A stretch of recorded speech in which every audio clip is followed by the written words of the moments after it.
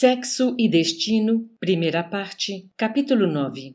Instalados na sala de visita, os cônjuges entrefitaram-se de estranha maneira, adversários declarados em tréguas cordiais. Dona Márcia definia-se, espécime comum das damas que lutam garbosas contra as arremetidas do tempo. Ninguém lhe atribuiria os 40 janeiros integralmente dobados. Os cabelos abundantes, que os líquidos medicinais mantinham perfeitamente escuros e brilhantes, acomodavam-se num penteado gracioso que lhe guarnecia o rosto, semelhante aos das pessoas que se maquilam para efeitos de arte e que nunca se deixam analisar realmente sem que a água quantiosa lhes restitua os poros à carícia da natureza. Delgada, na magreza característica dos que usam moderadores do apetite para a manutenção do peso ideal, apresentava-se em figurino da alta. O fundo alvo do linho, ligeiramente estampado de pequeninas flores róseas, dava-lhe ao vestido primoroso certa diafaneidade que lhe realçava a beleza quase outoniça. Era a mesma criatura das telas mentais de Marina, exibindo-se, porém, de modo diverso, espécie de livro claramente identificável, mas exposto numa encadernação mais viva e mais rica.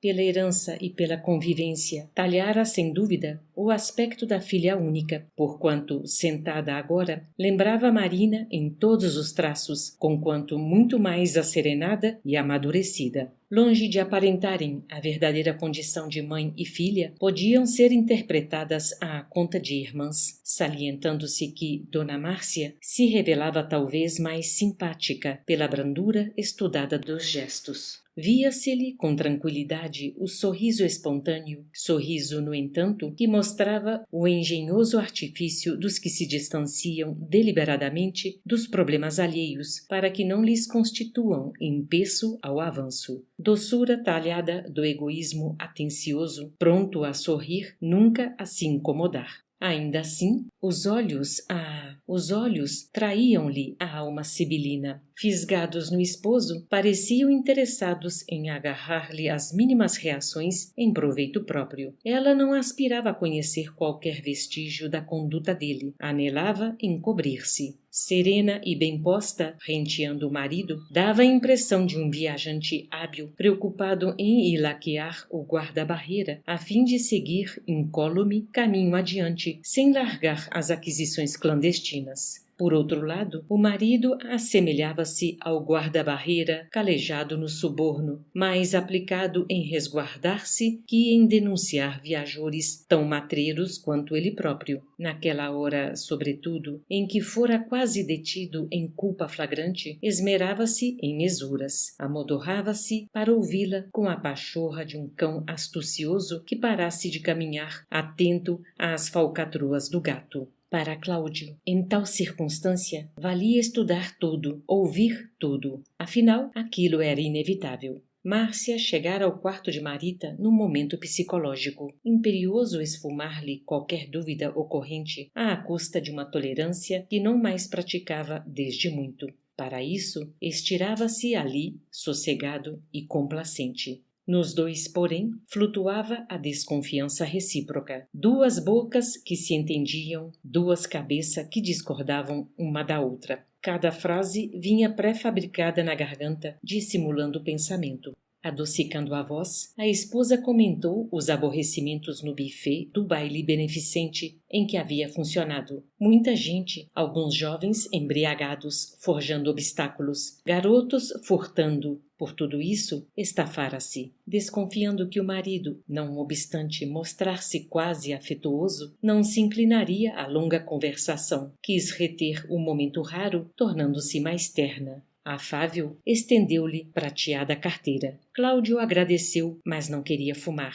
Ela, no entanto, bateu várias vezes a ponta do cigarro de encontro à pequenina bolsa metálica, fez fogo num isqueiro diminuto e, após envolver-se em baforadas, relaxou-se na poltrona, sugerindo a intenção de exprimir-se mais à vontade. Imagine você, aduziu cuidadosa, que, embora o sarau esteja longe de terminar, larguei tudo. O leilão de prendas esperava por mim quando senti um constrangimento esquisito e tive medo. Passei minhas obrigações para Dona Margarida e voltei. Atormentava-me, supondo houvesse algo atrapalhado em casa, alguma ligação elétrica esquecida, a presença de um malfeitor. Vejo, porém, que você talvez tenha tido o mesmo palpite e chegou antes, retificando o fogão. Felizmente, tudo passou. Mesmo assim, reconheço que o meu regresso foi providencial, pois, desde muitos dias, venho espreitando um momentinho em que você esteja calmo e bem-humorado, como agora, para tratarmos juntos de assunto sério,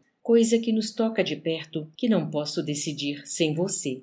Neves e eu notamos para logo o regime de choques e contra-choques em que respiravam aquelas duas almas adversas, aprisionadas socialmente uma à outra por exigências da aprovação. Inferindo que a companheira se lhe aproveitaria da benevolência eventual para chamá-lo a questões de responsabilidade, Cláudio despiu a máscara afetiva com que a brindara de início e, taciturno, colocou-se em guarda. Do sorriso tornou ao sobrecenho. Fino sarcasmo tisnou-lhe os modos. Comandou a palavra, buscando em vão disfarçar o azedume. Afirmou-se fatigado, alegou esgotamento adquirido em horários de serviço extra e rematou, pedindo à esposa resumisse, quanto possível, o que tinha a dizer-lhe. Queria ler, pensar, refazer-se. A esposa fingiu não ver o olhar irônico que ele lhe endereçava e começou referindo-se ao cansaço de que se sentia possuída. Possivelmente ele próprio ignorasse. Entretanto, submetera-se a vários exames por solicitação do ginecologista. Desde muito, atravessava as noites em claro. Sofria palpitações, sufocações, sensação estranha de peso, calores no peito. O médico acreditava em menopausa precoce e receitara. Ela, contudo, supunha-se despauperada, neurastênica. Exauria-se nos problemas domésticos. A arrumadeira despedira-se e, desde que se fora, via-se obrigada a passar roupa, encerar e, de certo modo, auxiliar no fogão para que Dona Justa não esmorecesse. O conserto da geladeira custara um dinheirão. As contas, no fim do mês, haviam aumentado. Marina trouxera 2 gratificações que recebera em serviço extraordinário, mas, ainda assim, estava onerada. Tinha necessidade de 15.000 cruzeiros. Nesse tópico da entrevista, o interlocutor fitou-a, sarcástico, e indagou. É só?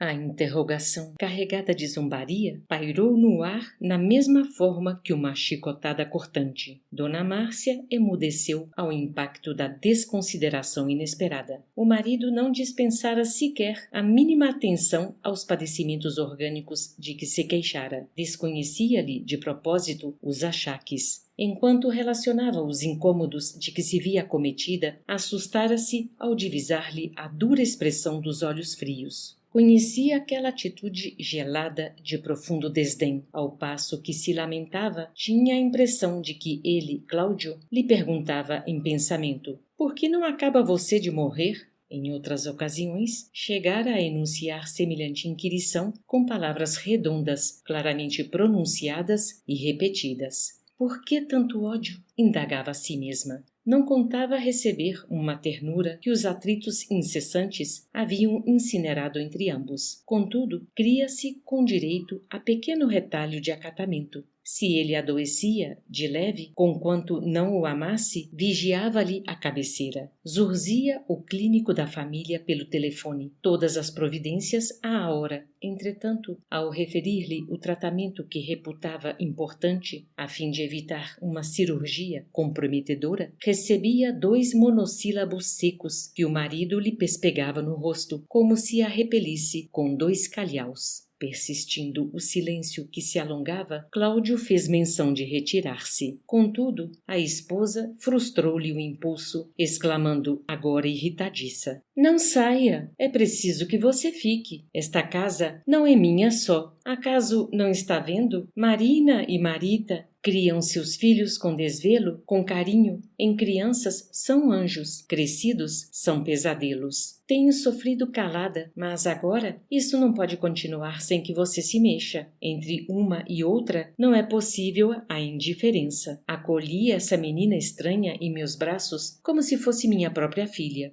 Suportei afrontas, esqueci minha saúde, meu tempo, não me poupei e fiz o que pude. Nada lhe faltou. Entretanto, hoje... Hoje o quê? Revidou o esposo, admirado. Pois você não percebe a humilhação que Marina se expõe? Acentuou a companheira em lágrimas súbitas, qual se estivesse habituada a chorar quando quisesse. Você não enxerga as dificuldades de nossa filha? Cláudio riu-se como quem decidira zombetear. Márcia, deixe de cenas. Você fala em Marina como se a nossa desmiolada estivesse na forca. Não entendo. Vejo-a feliz e desorientada como nunca. Se me detiver em qualquer problema dela, será para admoestá-la, reprimi-la. Não fosse você, com os desregramentos de suas concessões e com os seus maus exemplos, haveria de corrigi-la, ainda que obrigado a interná-la no hospício. Que ouço, meu Deus! Gritou a senhora.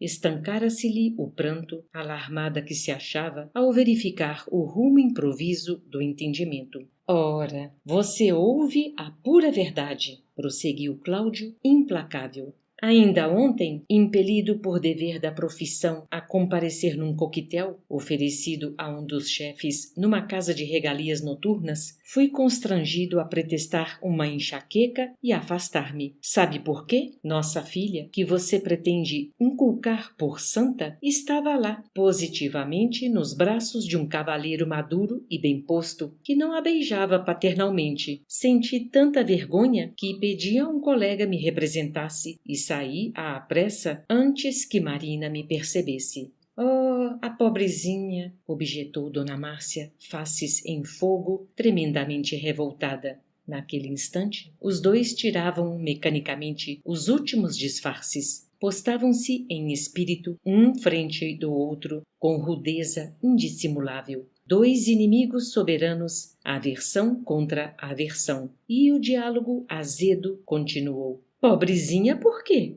A esposa o mediu de alto a baixo com um olhar de zombaria e passou a acusá-lo. Não quero discutir agora a sua presença de homem velho e casado numa casa de tolerância, pois não acredito nessa história de homenagens a chefes em horas avançadas da noite. Você foi sempre imoral, indigno, mentiroso, mas, por amor à família, esqueço tudo para que você conheça toda a situação. Refletindo na conveniência de sensibilizá-lo para os efeitos a que se propunha, Dona Márcia baixou calculadamente a escala de rispidez, abrandando a inflexão da voz que se tornara por demais agressiva. Cláudio, atenda, continuou quase melíflua. Marina, obediente, nunca me ocultou a verdade. Não proceda com malícia. Desde a piora da esposa do senhor Nemésio, vem repartindo caridosamente o tempo entre as obrigações do emprego e o lar do chefe, onde a infeliz senhora vem morrendo pouco a pouco.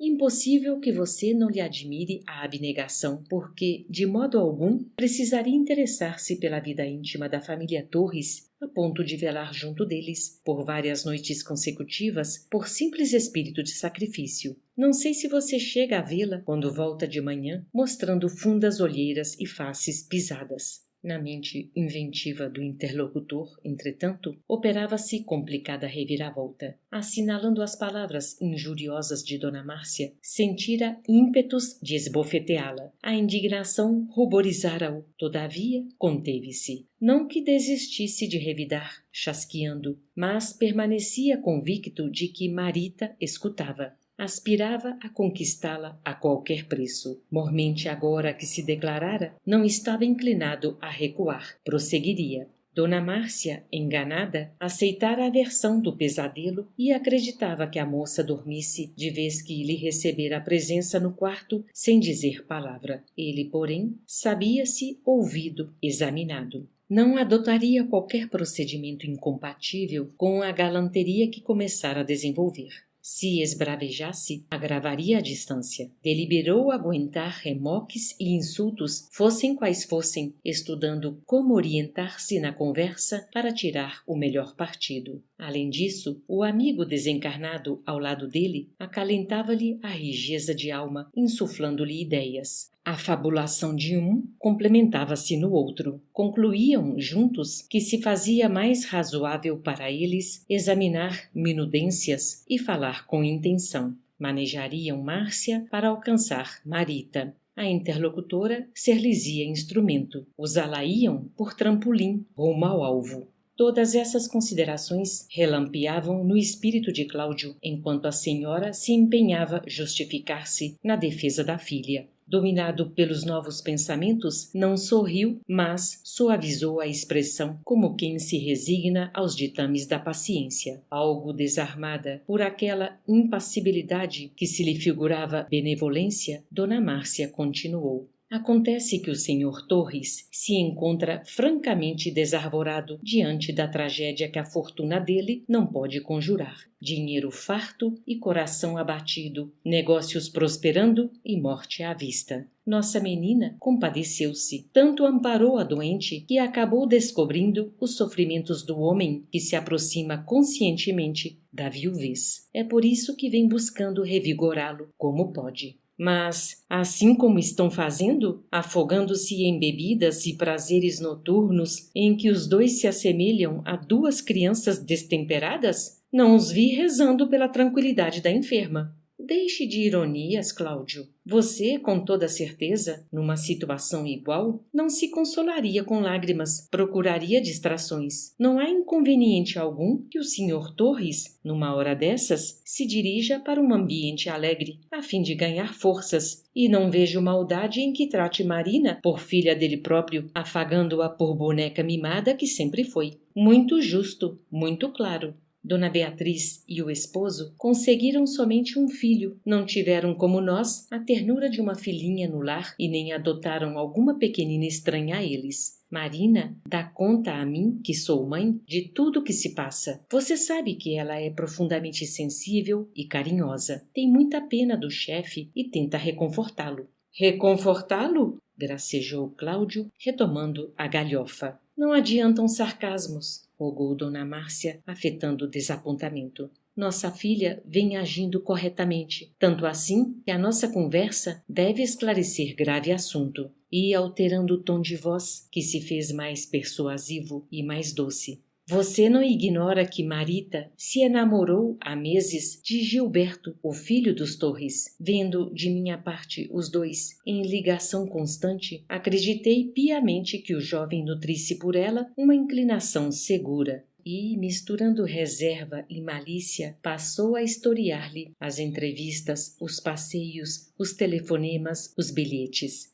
Salientou que se afligira ao apanhá-los a sós numa excursão domingueira em plena floresta da Tijuca dias atrás. Admitia que seria preciso examinar-lhes o caso. Aborrecera-se ao descobri-los assim, positivamente isolados sob as árvores. Mulher e mãe inquietava-se ao pensar na filha adotiva. Cláudio, nessa altura, marcava-lhe os avisos de olhos em fogo e coração aos saltos. Então Márcia também sabia. Aquele jeito arisco da esposa nas confidências não o enganava. Indubitavelmente, ela senhoreava minúcias que preferia esconder. Não chegava a paquetar. A mataria, igualmente, fora teatro dos colóquios e beijos que detestava. Não esperava aquele noticiário miúdo na própria casa. Não supunha a mulher assim consciente da situação de que se conjeturava exclusivo conhecedor. Naquele minuto, esquecera a menina que se lhe desenvolvera nos braços. Anulava-se na condição do pai, chamado a zelar-lhe o nome. Irrompia nele o animal ferido, o homem selvagem que lhe dormia habitualmente na polidez, espicaçado pelo ciúme. Esfregando os dedos contra as palmas das mãos, num gesto que lhe particularizava o desagrado, levantou-se, deu alguns passos pela sala e resmungou. Ingratidão! A esposa usufruía a cena com a volúpia de quem alcançava os próprios fins, porquanto, desde o princípio da conversação, aspirava a estabelecer um clima favorável à filha legítima a detrimento da outra. Julgava que o marido, com semelhante exprobração, resumia numa palavra o asco que provavelmente albergaria contra o procedimento da pupila que desejava arredar. Muito distante da realidade, não percebia que a indignação dele se arraigava no azedume do apaixonado que se vê preterido e, por isso, ensaiava um sorriso triunfante. Nós, porém, conseguíamos analisar-lhe as telas mentais e verificar quanto lhe doía o desprezo. Via-se espiritualmente ao pé do jovem medindo forças. Ah, se lhe fosse dado enxergá-lo naquela hora ao alcance das mãos! Certo lhe despejaria todo o peso da cólera na constituição de menino e moço, esfrangalhando-lhe os ossos. Comove-me a sua reação contra Marita. Registrando a frase reticenciosa da companheira, deu-se conta do papel desaconselhável que começava a assumir. Quase que se denunciara de todo. Ultrapassara os limites da circunspeção que lhe cabia conservar no próprio interesse e deliberou recompor-se. Reconheceu que Márcia lhe apreciava a repulsa, crendo vê-lo unicamente no lugar de pai, machucado pelas circunstâncias, e deixou que ela se acomodasse a essa interpretação, encastelando-se mentalmente na defensiva. Reprimiu o desespero que o possuía, sentando-se de novo a relaxar os nervos tensos. Apagou exteriormente todos os sinais de excitação, aparentou calma súbita e, longe de imaginar-se iludida naquele jogo em que o marido e mulher se nos representavam dois parceiros astuciosos nos golpes estudados um contra o outro, a senhora, que ambicionava amontoar vantagens para a filha, falou serena, presumindo controlar agora toda a situação. Sua atitude respeitável de pai me encoraja e me alegra. Graças a Deus, sinto em você o chefe da casa e da família. E Cláudio ouvia atento. É necessário que você saiba, prosseguiu ela, que Gilberto não quer coisa nenhuma com Marita, que vive a derreter-se sem razão. O rapaz é apaixonado por Marina e tudo indica possibilidades de um casamento vantajoso que não podemos jogar fora. O interlocutor ardiloso deduziu que chegara para ele a oportunidade da vingança. Fingindo desconhecer a trama de sentimentos em que ambas as jovens se enredavam, comentou, em voz alta, os novos aspectos do problema, a fim de ser claramente escutado por Marita, que sabia de Atalaia no quarto próximo. Depois de encarecer a excelência do caráter da filha adotiva, destacando o apreço e a ternura com que se dedicaria a protegê-la, acentuou, jocoso: "Ah, o biltre! Então, essa farsa de vaguear com Marita, arrastando-a por aí, não é senão alcovitice e trampolinagem. O Peralta está carambolando. É o bilhar dos namorados. Bate-se numa bola para acertar em outra." E relacionou pobres moças traídas na confiança. Explicou que Marita era suscetível de uma psicose de duras consequências. Se Gilberto estava propenso a desposar Marina, que se manifestasse. Não oporia embargos, no entanto, exigia franqueza. Dona Márcia, repentinamente lisonjeada ao colher-lhe as disposições tão favoráveis, arrolou as confidências da filha. O rapaz confessara-se. Admirava-lhe não só os encantos pessoais, mas gabava-lhe a educação fina. De começo, apenas se cumprimentavam, de quando em quando. Ele, porém, tivera necessidade da cooperação de alguém que o auxiliasse na tradução de alguns textos franceses. E Marina expusera a competência adquirida. O trabalho realizado erigia-se em característicos tão primorosos que obtivera louvor na embaixada. Desde essa empresa, trabalhavam quase que unidos. Marina revelara-lhe que o próprio senhor Nemésio, sempre solícito, passara a nomeá-la por nora. E Cláudio assintosamente dizia de quando em quando: "Márcia, não estou ouvindo bem. Fale um pouco mais alto." A companheira, elevando sempre a modulação da voz, contou que os dois, embora a situação constrangedora da saúde de Dona Beatriz no momento, traduziam poesias deliciosas de autores ingleses, marginando-as de trechos sentimentais que lhes expressavam a ternura recíproca, compondo lindo álbum cuja leitura lhe arrancara lágrimas de enternecimento. O amor entre ambos era claro como água. Indispensável apoiarem a filha na concretização de suas esperanças. Afirmava-se confortada em reconhecer a tempo que a cultura de Gilberto não se compadecia com as deficiências de Marita, para quem o rapaz não seria, por isso, um partido feliz. Asseverava convicta que competia a ele, Cláudio, e a ela a orientação do assunto.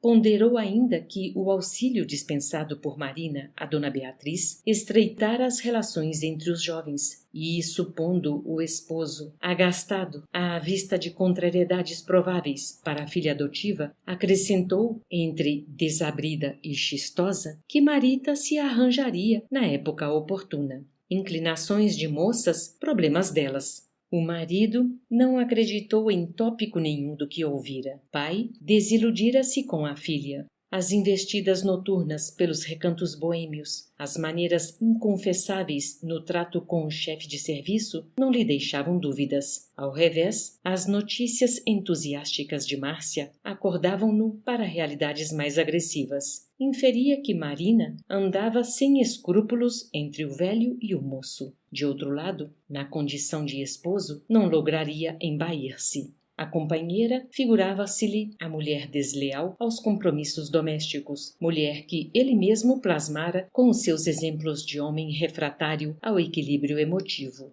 Impossível queixar-se. Com a tarimba da sociedade menos digna, fizera-se Márcia astuciosa, cruel. Dissimulava para ganhar. Certamente não lhe confiava quanto sabia. Estaria informada de todas as ligações escusas da filha com o Sr. Torres, tanto quanto ele próprio. Capearia as inconveniências, incentivaria, talvez, a leviandade com propósitos de lucro. Entretanto, aquele era o momento de atrair a confiança de Marita, e, à face dessa razão que se lhe alteava no ânimo empedernido, calou a revolta e partilhou a farsa, afiançando confiar na menina que amavam por filha. Tentaria distraí-la, renová-la e, de acordo com ela, Márcia procuraria incluí-la num roteiro de turismo a Buenos Aires, para o qual fora convidado por amigos no banco. Marita esqueceria. O entendimento avançava, mas o serviço nos convocou ao aposento próximo, onde a mágoa da jovem explodia inarticulada em vibrações de intensa dor.